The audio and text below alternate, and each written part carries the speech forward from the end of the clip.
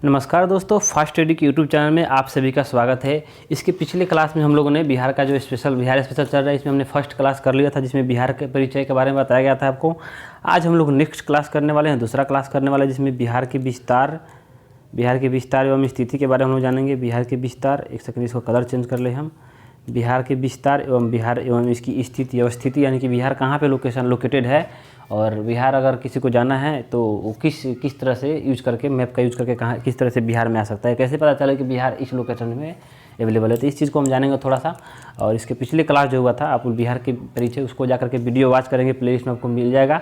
आपको बता दें कि अगर आप BPSC, CDPO, BSSC, Bihar SI और या बिहार के किसी भी एग्जाम की अगर तैयारी कर रहे हैं तो ये आपके लिए बहुत ही ज़्यादा इंपॉर्टेंट है। अगर खास करके BPSC के लिए, जो भी व्यक्ति अभी BPSC के 67वीं एग्जाम देने वाले हैं तो वो प्रीलिम्स का, उनके लिए बहुत ज़्यादा इंपॉर्टेंट है। क्योंकि अगर देखा जाए BPSC में तो लगभग 30 से 40 क्वेश्चन पूछा जाता है। तो यानी कि लगभग देखा जाए 150 क्वेश्चन में से 30 क्वेश्चन यानी लगभग 20% के आसपास।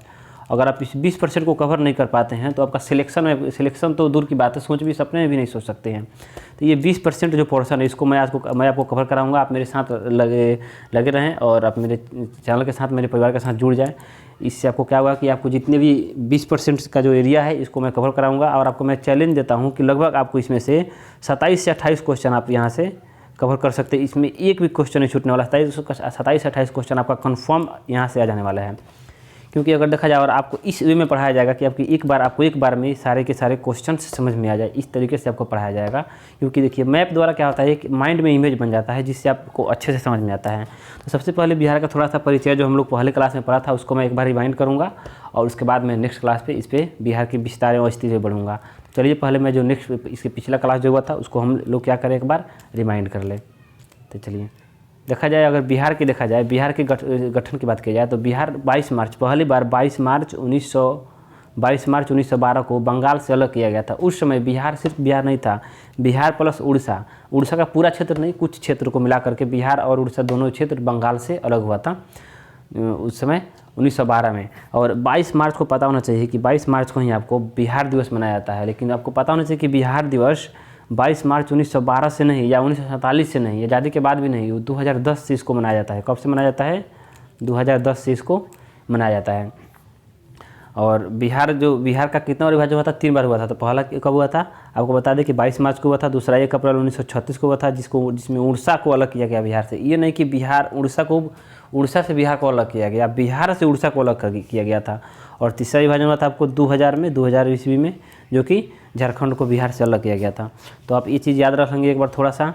और इसके पहले हम बता देते थे कि बिहार में कुल कितने भाषाएं बोली जाती है। तो बिहार में जो देखिए, बिहार की राजकीय भाषा की बात करें तो वो हिंदी है। लेकिन यहाँ पे ऐसे भी रीजनल भाषा होता है, क्षेत्रीय भाषा। वहाँ पे क्षेत्रीय भाषा में भोजपुरी भी है, उर्दू भी है, मैथिली भी है, मगही है, वजिका है, अंगिका है। इन सारी भाषाओं को बताएंगे कि किस भाषा को किस रीजन में, किस क्षेत्र में बोला जाता है। इसके लिए आप निश्चिंत रहें। हम लास्ट जब क्लास कराएंगे तो उसमें जितने भी सारे छूटेंगे कवर्स, आपको जितने भी सारे क्वेश्चन छूटेंगे अच्छे से उसको कवर। ये लास्ट का टॉपिक भी है, क्योंकि जब तक आप बिहार के बारे में अच्छे से जानेंगे नहीं, आप लैंग्वेज कहाँ पे कौन सी बोली जाती है इसको नहीं समझ पाएंगे अच्छा से। चलिए, आज के वीडियो को हम लोग स्टार्ट करते हैं। उससे पहले आपसे एक छोटा सा रिक्वेस्ट है कि अगर आप चैनल को सब्सक्राइब नहीं किए हैं तो आप चैनल को सब्सक्राइब कर लीजिए। क्योंकि देखिए, अगर सब्सक्राइब करते हैं तो क्या होता है, हमको एक मोटिवेशन मिलता है और मैं अच्छे से वीडियो बनाने की कोशिश करता हूँ आपके लिए। तो बस इतना रिक्वेस्ट है कि चैनल को सब्सक्राइब कर दें और दोस्तों के पास शेयर करें जितना से जितना हो सके, ताकि जितने भी लोग से एग्जाम देने वाले हैं BPSC के 67वीं, वो क्लियर करें। सब कोई एग्ज़ाम क्लियर करे, सब किसी का। क्योंकि सब किसी को सपना होता है एक प्रोफेशनल जॉब का, सिविल सर्विसेज का जॉब का। तो मैं रिक्वेस्ट करूँगा कि सबको शेयर करें, ताकि सब किसी को, और नॉलेज के साथ, और जॉब ना भी हो तो एक नॉलेज तो कम से कम बेसिक रहेगा अपने स्टेट्स के बारे में। ये चीज़ तो होना ही चाहिए हर किसी को। चलिए, अब देख लेते हैं बिहार के बारे में। बिहार के हम सबसे पहले पढ़ने वाले हैं बिहार की अवस्थिति। क्योंकि यहाँ पे लिखा हुआ है ऑलरेडी बिहार की अवस्थिति की करें बात हम लोग, तो बिहार की अवस्थिति में हम लोग क्या पढ़ने वाले हैं? तो बिहार की अवस्थिति की हम लोग बात कर रहे हैं। तो सबसे पहले देखेंगे कि बिहार स्थित कहाँ पे है। किसी भी देश को अगर आप लोकेशन को पता करना होगा तो आप कैसे पता करेंगे कोई देश कहाँ पे है? देखिए, तो सबसे पहले हम लिखते हैं पृथ्वी को लेते हैं। देखिए, पृथ्वी कुछ इस तरह से गोला होता है, पृथ्वी इस तरह गोला हो गया। और यहाँ पे एक होता है अक्षांश रेखा, ठीक है। ये हर एक डिग्री पे खींचा जाता है, ठीक है, हर एक डिग्री पे, इधर भी एक डिग्री इधर भी। लेकिन ये बीचों बीच, पृथ्वी के बीचों बीच क्या होता है? ये अक्षांश रेखा बोल रहा हूँ मैं, अक्षांश रेखा ही है, लेकिन ये विषुवत रेखा है। लेकिन ये अक्षांश रेखा है, 0 डिग्री अक्षांश रेखा इसको बोल सकते हैं आप, 0 डिग्री अक्षांश रेखा। उसके बाद हर एक डिग्री पे आप ऊपर भी जाएंगे तो खींचा गया है, एक नीचे भी। लेकिन आपको बता दें कि ये कोई वास्तविक रेखा नहीं है, यानी रियल में पृथ्वी पे कोई रेखा नहीं है, ये कल्पना किया गया है कि हाँ एक रेखा इस पर रख देते हैं ताकि हम लोग को और भी काम, जैसे कि अगर लोकेशन किसी के पता करना है तो उसके लिए ये चीज़ सहूलियत हो। और इसी तरह से यहाँ पे खींचा गया एक देशांतर रेखा यहाँ पे बीचों बीच, ठीक है, जो कि आपको देखा जाए तो प्राइमरीली ये बीच का जो रेखा है टाइम का काम करता है। टाइम अगर देखा जाए तो यहीं पे क्या होता है 12 बजता है, ठीक है, 12 AM। और उसके बाद जैसे जैसे यहाँ बढ़ेंगे एक डिग्री पर तो उसके अनुसार से टाइम, अगर यहाँ जाएंगे यहाँ पे 12 बज रहा है तो मानो कि अगर यहाँ पे हम लोग जा रहे हैं तो अगर ये 30 डिग्री है तो यानी 15 यानी कि लगभग वहीं टाइम इधर क्या जाएगा कि घट जाएगा इधर। तो उसी तरह से टाइम घटते बढ़ते रहता है। इसको बताऊंगा मैं टाइम में, वर्ल्ड मैप में आपको बताया जाएगा कि टाइम के बारे में अच्छे से मैनेजमेंट करना, किस तरह से टाइम को हम लोग डिफाइन करते हैं और कहाँ पे कौन सा टाइम अभी क्या हो रहा होगा, इस चीज़ को हम लोग अब वर्ल्ड मैप में हम बताएंगे। लास्ट में जब वर्ल्ड मैप पढ़ाएंगे तो आप वर्ल्ड मैप का ऐसे भी सीरीज में पढ़ा दिया हूँ, आप जाकर के वहाँ से देख सकते हैं। और आप ये भी जो अक्षांश देशांतर है इसको भी आप समझ सकते हैं। वर्ल्ड मैप में जाएंगे, यहाँ पे प्लेलिस्ट में वर्ल्ड मैप है, वहाँ पे बताया गया अक्षांश और देशांतर रेखा के बारे में, तो आप जाकर के वहाँ से इस वीडियो को विवाद कर सकते हैं। लेकिन फिर भी यहाँ पे मेरा फ़र्ज़ बनता है कि जब मैं बिहार को बढ़ा रहा हूँ तो उसके बारे में थोड़ा सा समझाना जरूरी है, तभी आप समझ सकते हैं। तो ये हो गया अक्षांश रेखा, ठीक है, 0 डिग्री अक्षांश रेखा जिसको विषुवत रेखा, भूमध्य रेखा ही बोलते हैं। और ये हो गया देशांतर रेखा, ठीक है, ये 0 डिग्री देशांतर रेखा। अगर देखा जाए तो हर देशांतर रेखा इस तरह से खींचा जाता है देशांतर रेखा, ठीक है। एक ही देशांतर रेखा क्या होता है, एक जगह पे एक ही पोल पे रहता है, एक ही पोल पे सारे रेखा खींचे गया है, ठीक है। ये नॉर्थ पोल, ये साउथ पोल। तो अगर भारत की लोकेशन देखें तो अगर देखें यहाँ पे अक्षांश रेखा से थोड़ा सा ऊपर की तरफ है, ठीक है, यहाँ पे भारत की लोकेशन है, ठीक है। थोड़ा सा गलती है तो आप लोग देख लीजिएगा भारत की लोकेशन इस तरह का, मैं बस आपको समझाने के लिए बताया हूँ कि इस तरह से। और बिहार देखें तो बिहार आपको कुछ यहाँ पे लोकेटेड है, ठीक है, बिहार उत्तरी साइड में थोड़ा सा भारत के। तो आप देखिए तो बिहार अगर देखा जाए तो इसमें अक्षांश हो गया तो ऊपर का साइड हो गया उत्तरी अक्षांश, नीचे का दक्षिणी अक्षांश या उत्तरी गोलार्ध दक्षिणी गोलार्ध। तो आप बताएं कि किस अक्षांश में है बिहार, तो आप देखेंगे तो बिहार उत्तरी अक्षांश में है, ठीक है, उत्तरी अक्षांश में है। लेकिन अगर आप उससे यहीं पूछ देखिए या फिर किस देशांतर में है, तो देखिए देशांतर की बात करें तो ये बीचों बीच हो गया। अगर इधर जाएंगे तो आप ये पश्चिम हो जाएगा, ये पश्चिम हो गया, देखिए इधर जाएंगे तो पूर्व हो जाएगा। तो किस देशांतर में होगा, पूर्वी देशांतर में होगा, ठीक है। तो चलिए अब देख लेते हैं कि आखिर में पूर्वी देशांतर में होगा या उत्तरी अक्षांश में होगा तो कितनी डिग्री होगा, क्योंकि हर एक डिग्री पे एक लाइनिंग खींचा गया है, अक्षांश रेखा भी खींचा गया और हर एक डिग्री पे आपको एक क्या खींचा गया है, इधर ऊपर से हर एक डिग्री पे क्या खींचा गया है आपको, देशांतर रेखा भी खींचा गया। तो आखिर लोकेशन, मेन लोकेशन कहाँ है इसका, ये भी हम लोग देखने की कोशिश करते हैं। तो चलिए हम लेते हैं बिहार को, ये बिहार है, यहाँ पे इसको थोड़ा क्लियर कर दें हम ताकि आपको अच्छा से दिखें। देखिए बिहार की बात करें तो सबसे पहले हम लोग देख लें तो भारत को बताए हैं कि यहाँ पे देखिए इसके नीचे इस जो यहाँ भारत है, इसके जो भारत का ये रीजन है, भारत का नीचे का जो हिस्सा ये हो गया, यहाँ पे है आपको भूमध्य रेखा। तो ऊपर में है आपको बिहार, यहाँ पे देखा तो बिहार देखें। सबसे पहले उत्तरी अक्षांश की बात कर लेते हैं हम। तो बिहार अगर उत्तरी अक्षांश में देखिए तो बिहार कहाँ पे अवेलेबल है, उत्तरी अक्षांश। तो आप याद रखें क्योंकि ऊपर की तरफ उत्तर है तो उत्तरी अक्षांश में ही होगा। तो देखिए 24 डिग्री, ठीक है, 24 डिग्री 20 मिनट, उसके बाद 10 सेकेंड से लेकर के आपको 27 डिग्री 31 मिनट 15 सेकेंड। ये देखिए यहाँ पे जैसे ही 2 इस तरह रहेगा 2 तो इसका मतलब सेकेंड होता है, यहाँ पे 1 रहेगा तो इसका मतलब मिनट होता है। और यहाँ पे ये तो आपको पता ही है कि डिग्री का सिंबल है। तो देखिए यहाँ पे देखिए तो बिहार की लोकेशन देखिए, यहाँ से अगर यहाँ से देखिए ये जो ये है ये, क्योंकि एक और डिग्री बढ़ेगा ऊपर हम 1 डिग्री तो यहाँ पे 24 डिग्री 20 मिनट, यहाँ पे आगे 24 डिग्री होगा तो 24 डिग्री 20 मिनट 10 सेकेंड। यहाँ पे जो ये यहाँ पे लाइन बिहार का जो लाइनिंग है, बॉर्डर है, यहाँ पे सटता है जाकर के, ठीक है। यानी बिहार यहाँ से लेकर के यहाँ देखो ऊपर का जो रीजन है यहाँ तक देखे कि कहाँ तक 27 डिग्री, यहाँ से 24 डिग्री 20 मिनट 10 सेकंड से लेकर के 27 डिग्री, यहाँ पे 27 डिग्री 31 मिनट 15 सेकंड तक यहाँ पे विस्तार इसका है, ठीक है, विस्तार है उत्तरी अक्षांश।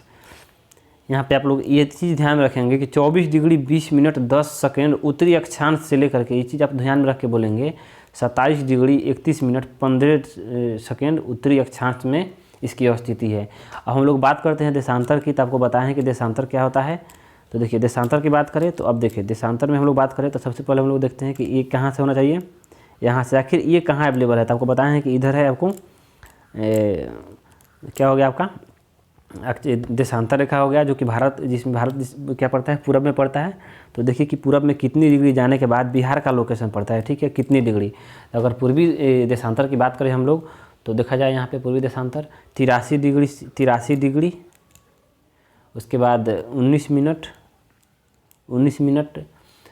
50 सेकेंड से लेकर के कहाँ तक अवेलेबल है, 88 डिग्री 17 मिनट, 88 डिग्री 17 मिनट, उसके बाद 40 डिग्री 40 सेकेंड। तो ये कितना अवेलेबल, 83 डिग्री 19 मिनट 30 सेकेंड से लेकर के 83 डिग्री, यहाँ पे देखिए 30 सेकेंड पूर्वी देशांतर, ये चीज़ ध्यान रखेंगे आप लोग। 83 डिग्री 19 मिनट 30 सेकेंड पूर्वी देशांतर से लेकर के यहाँ पे ध्यान रखेंगे 88 डिग्री 17 मिनट 40 सेकेंड यहाँ तक इसका अवेलेबल है, ठीक है। यहाँ तक ये विस्तार है इसका, ठीक है। जब यहाँ तक हम लोग देख लीजिए तो बिहार की अगर बात करें, बिहार की अगर क्या होता है इसकी आकृति किस प्रकार की, अगर देखिए बिहार देखिए तो थोड़ा सा आयताकार का दिख रहा है, क्योंकि देखेंगे आप थोड़ा सा इस पर मैं थोड़ा सा इसको क्लियर कर दूं। देखिए यहाँ पे अगर देखेंगे थोड़ा सा आयताकार का दिख रहा है यहाँ पे बिहार, यहाँ पे अगर जाएंगे थोड़ा सा आयताकार का दिख रहा है। रुकिए मैं बिहार का एक बड़ा सा नक्शा ले लेता हूँ ताकि आपको अच्छे से समझ में आए। ये देखिए बिहार हो गया। तो बिहार अगर देखो थोड़ा सा आपको आयताकार दिख रहा है, यानी आयत के आकार का थोड़ा सा आपको दिख रहा है। तो बिहार की अगर आकृति की बात करें तो ये क्या है, आयताकार है इसकी आकृति। अगर बिहार के कुल क्षेत्रफल की बात करें हम लोग, बिहार के कुल क्षेत्रफल की बात करें हम लोग, तो बिहार के कुल क्षेत्रफल कितना है।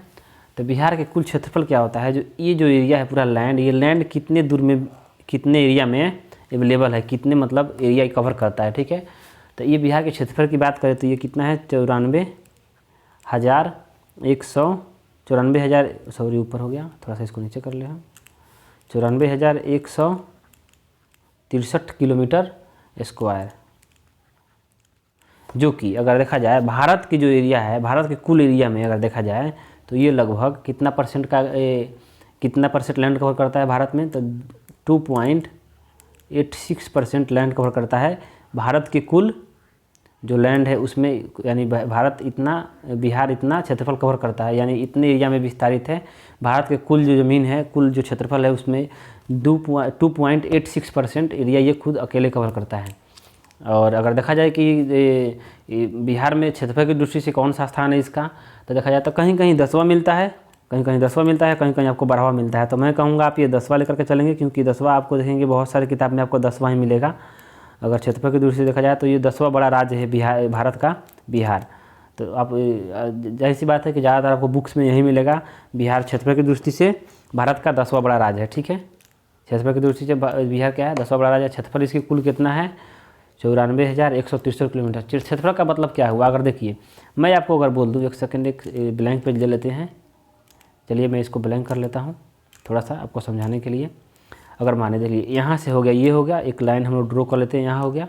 चलिए अगर ज़मीन पे आप इतना एरिया किसी ज़मीन पे आप इतना लाइनिंग खींच देते हैं, यहाँ पे 4 लाइन खींच देते हैं, मानिए कि ये 4 मीटर है या 4 सेंटीमीटर, 4 मीटर, ये भी 4 मीटर, ठीक है। तो दोनों 4-4 मीटर, यानी कि किस प्रकार का हो गया, एक तरह से समझे तो ये स्क्वायर हो गया, ठीक है, स्क्वायर हो गया, यानी कि वर्ग हो गया। तो अगर देखा जाए इतना एरिया में अगर आप लोग लाइन खींचे हैं पृथ्वी पर इतना थोड़ा सा, ठीक है, आप इसको 4 किलोमीटर भी कर सकते हैं, 4 किलोमीटर, इसको भी 4 किलोमीटर। तो आप देखिए तो ये लोकेशन में कहा जा रहा है कि ये जो लाइन खींचा गया इतना ये कितना एरिया कवर कर रहा है, कितना क्षेत्र ये लेकर बैठा हुआ है। तो क्षेत्रफल यही होता है। तो अगर देखा तो 4 चौको 16, क्योंकि ए स्क्वायर होता है वर्ग का क्षेत्रफल। तो 16 किलोमीटर जो पूरा लैंड है, 16 किलोमीटर एरिया लेकर के अकेले ये कवर किए हुआ है। तो इस तरह से क्षेत्रफल क्या आता है, वहीं जो क्या हुआ है कि बिहार का क्षेत्रफल जो है 94,163 किलोमीटर है। और बिहार की अगर जनसंख्या की बात करें, जो कि बिहार के क्षेत्रफल है 94,163 किलोमीटर, जो कि भारत के क्षेत्रफल में कुल कितना परसेंट हिस्सा रखता है, ये 2.86% हिस्सा अकेले ये कवर करता है। और देखा जाए कि क्षेत्रफल की दृष्टि से ये भारत का कौन सा राज्य है, तो क्षेत्रफल की दृष्टि से ये भारत का 10वां बड़ा राज्य है। आप ये चीज़ याद रखेंगे। और हम लोग क्या करते हैं, थोड़ा सा ले लेते हैं बिहार की जनसंख्या की बात करें तो बिहार की जनसंख्या हम लोग इसको क्लियर कर ले पहले। बिहार की जनसंख्या की बात करें हम लोग तो बिहार की जनसंख्या कुल कितनी है, तो लगभग 10,31,00,000 बिहार की जनसंख्या है, ठीक है, 10,31,00,000। 31 लाख मतलब लगभग बिहार की जनसंख्या। 2011 का डाटा है ये, ठीक है। अभी इसमें कम बेस होगा क्योंकि 2021 का जो डाटा आना था अभी नहीं आया, कोरोना की वजह से डिले हो गया, तो अभी 2022 में कहीं आएगा। देखिए अभी कब तक आने वाला है, तो अभी तो बढ़ेगा। लेकिन जो 2011 के डाटा है इसके अनुसार 10,31,00,000 बिहार की कुल जनसंख्या है, ठीक है। और देखा जाए तो अगर जनसंख्या की दृष्टि से देखा जाए, बिहार की जनसंख्या की दृष्टि से, तो जनसंख्या की दृष्टि से बिहार भारत का कौन सा स्थान है, कौन सा स्थान रखता है? तो जनसंख्या जो है बिहार की दृष्टि से, जनसंख्या की दृष्टि से बिहार भारत में तीसरा स्थान है, इसका तीसरा स्थान है, तीसरा स्थान जनसंख्या की। आप देखिए क्षेत्रफल में ये 10वां है, लेकिन जनसंख्या में तीसरा है। तो आप सोच सकते हैं कि यहाँ कितनी घनी आबादी होगी, बहुत ही ज़्यादा घनी आबादी है। इसमें घनी आबादी का कारण ये है मुख्य ये क्यों है, क्योंकि ये देखिए मैदानी इलाका है। अगर देखा जाए तो गंगा नदी यहाँ से बीचों बीच निकलती है, ठीक है। ये जो गंगा नदी यहाँ से बीचों बीच निकलती है, जिसके कारण गंगा नदी का जो मैदान है, यहाँ पे गंगा नदी के मैदान उत्तर में और दक्षिण में चारों तरफ फैला हुआ है। जिस कारण क्या हुआ है कि बिहार में अधिकतर क्योंकि मैदानी एरिया में क्या कर सकते हैं आप, अच्छा सा घर बना सकते हैं, यानी हर चीज़ आप अच्छे से कर सकते हैं। हर भी एक्टिविटी, ट्रांसपोर्टेशन सिस्टम, आपको घर बनाना है तो भी आप मैदानी एरिया में अच्छा से बना सकते हैं। उसके अलावा आपको कृषि करना है तो आपको इस एरिया में अच्छा कृषि होता है मैदानी एरिया में, तो इसलिए आप यहाँ पे घनी आबादी आपको इसलिए यहाँ पे इधर देखने को मिलेगी। तो इस तरह से देखा जाए तो बिहार की जनसंख्या कुल कितनी है, तो 10,31,00,000 और इसकी भारत में स्थान देखा जाए तो तीसरा स्थान है जनसंख्या की दृष्टि से, और क्षेत्रफल की दृष्टि से ये 10वां स्थान है भारत में इसका। और उसके बाद हम लोग नेक्स्ट देखते हैं। देखिए अब तो हम लोग देख लिए बिहार की जनसंख्या भी देख लिए और बिहार के हम लोग लोकेशन भी देख लिए। अब देखा जाए बिहार के क्षेत्रफल भी हम लोग देख लिए, लेकिन हम लोग एक चीज़ यहाँ पे हम लोग देखते हैं फिर हम कि बिहार जो है, अगर देखा जाए बिहार की जो विस्तार है उत्तर से दक्षिण, यहाँ से यहाँ तक कहाँ से कितने किलोमीटर ये इधर से इधर तक ये फैला हुआ है, ठीक है। तो अगर यहाँ से देखें उत्तर से दक्षिण की बात करें हम लोग बिहार की, देखिए यहाँ से अगर देखा जाए, यहाँ से, क्योंकि यहाँ से है ये, यहाँ से इस सामने से लेंगे हम लोग नीचे तक यहाँ तक, ठीक है। तो ये कुल कितना है उत्तर से दक्षिण, अगर इसका विस्तार देखा जाए, यानी इसको बोला जाए हम लोग उत्तर से दक्षिण को, इसको लंबाई अगर बोला जाए हम लोग 345 किलोमीटर उत्तर से दक्षिण इसकी है। कितनी है? 345 किलोमीटर, यानी कि 345 किलोमीटर इधर यहाँ से यहाँ तक ये, यहाँ से यहाँ तक इसकी एरिया में ये कवर कर, यानी विस्तार है इसका, ठीक है। कितना है यहाँ से यहाँ तक, यानी कि अगर आप यहाँ से यहाँ अगर चलते हैं सीधे बिहार के इस छोर से इस छोर तक सीधे आते हैं तो आपको आने में 345 किलोमीटर आपको सफ़र करना पड़ जाएगा।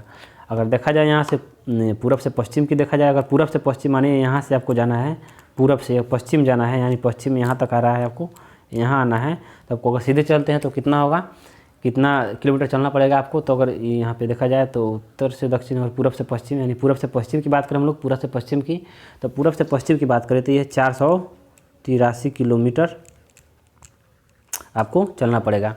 और तो आप लोग देख लिए उत्तर से दक्षिण की अगर देखा जाए इसकी विस्तार तो कितना किलोमीटर है ये 343 किलोमीटर।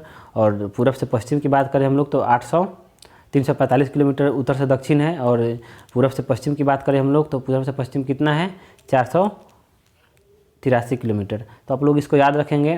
और उसके बाद अगर देखा जाए यहाँ पे इसकी अगर औसत ऊंचाई देखा जाए समुद्र के तल से औसत ऊंचाई देखा जाए, समुद्र तो पहले क्या होता है औसत ऊंचाई देखा जाए तो देखिए यहाँ पे अगर इसको क्लियर कर लेते हैं हम थोड़ा सा, उसके बाद आपको समझाते हैं हम। देखिए अगर मानिए ये समुद्र का तल हो गया, ठीक है, मतलब जहाँ समुद्र का ये पानी चाहिए, ठीक है, ये नीला सा पानी है, तो समुद्र का तल मानिए यहाँ पे अगर ये हो गया, यहाँ पे ज़मीन हो गया, तो एक पहाड़ यहाँ पे उठ गया, ठीक है, पठार हो गया 30 मीटर, ठीक है, यहाँ पे गहराई हो गया 10 मीटर, तो ये हो गया 10, ये हो गया 30। तो औसत अगर देखा जाए समुद्र तल से औसत हो जाए तो समुद्र तल तो ये हो गया, तो ये यहाँ यानी कि 10 घट जाएगा इसमें से, तो ये हो गया 20, समुद्र तल हो गया 20। यहाँ से औसत ऊंचाई देखा था यहाँ पे 30 है, 30 मीटर ऊपर उठा हुआ है, तो यहाँ पे आधा जो होगा 15, यानी कि 15 हो गया। अगर कहा जाए कि किसी का औसत, इसका औसत ऊंचाई कितनी होगी तो 15 मीटर इसकी औसत ऊंचाई होगी। उसी तरह अगर बिहार की देखा जाए औसत ऊंचाई, तो बिहार की औसत ऊंचाई कितनी है, तो बिहार की औसत ऊंचाई है लगभग 52.73 मीटर। अगर फीट में देखा जाए इसको फीट में तो 173 फीट इसकी औसत ऊंचाई समुद्र तल से है। और तो आज की वीडियो को हम लोग यहीं पे ख़त्म करते हैं और इसके बाद हम लोग नेक्स्ट वीडियो में वो पढ़ने वाले हैं बिहार का प्रशासनिक परिचय। प्रशासनिक परिचय में जो है आपको मंडल है, प्रमंडल जिसको बोलते हैं हम लोग, डिवीज़न, उसको हम लोग थोड़ा सा देखेंगे। उसके बाद हम लोग एक सीरीज वाइज मंडल पहले पढ़ेंगे, उसके बाद मंडल में कितने ज़िले हैं, यानी कि हर एक ज़िले के हम लोग अच्छे से एकदम कवर करेंगे। हर एक ज़िले के बारे में जानेंगे कि यहाँ पे कौन सी चीज़ अवेलेबल है, यहाँ के पर्यटक स्थल क्या है, उद्योग क्या है यहाँ पे अवेलेबल, यहाँ की और भी क्या क्या चीज़ अवेलेबल है, इन सारी चीज़ों को अच्छे से हम लोग कवर करने वाले हैं। तो आज की वीडियो को हम लोग यहीं पे एंड करते हैं और तब तक अगर आप मेरे चैनल को सब्सक्राइब नहीं किए तो मेरे चैनल को सब्सक्राइब कर दे, लाइक कर दे और जितना भी हो सके चाहे वीडियो को शेयर करें। तो चलिए आज की वीडियो को हम लोग यहीं पे करते हैं ख़त्म। तब तक के लिए जय हिंद, जय भारत, वंदे मातरम।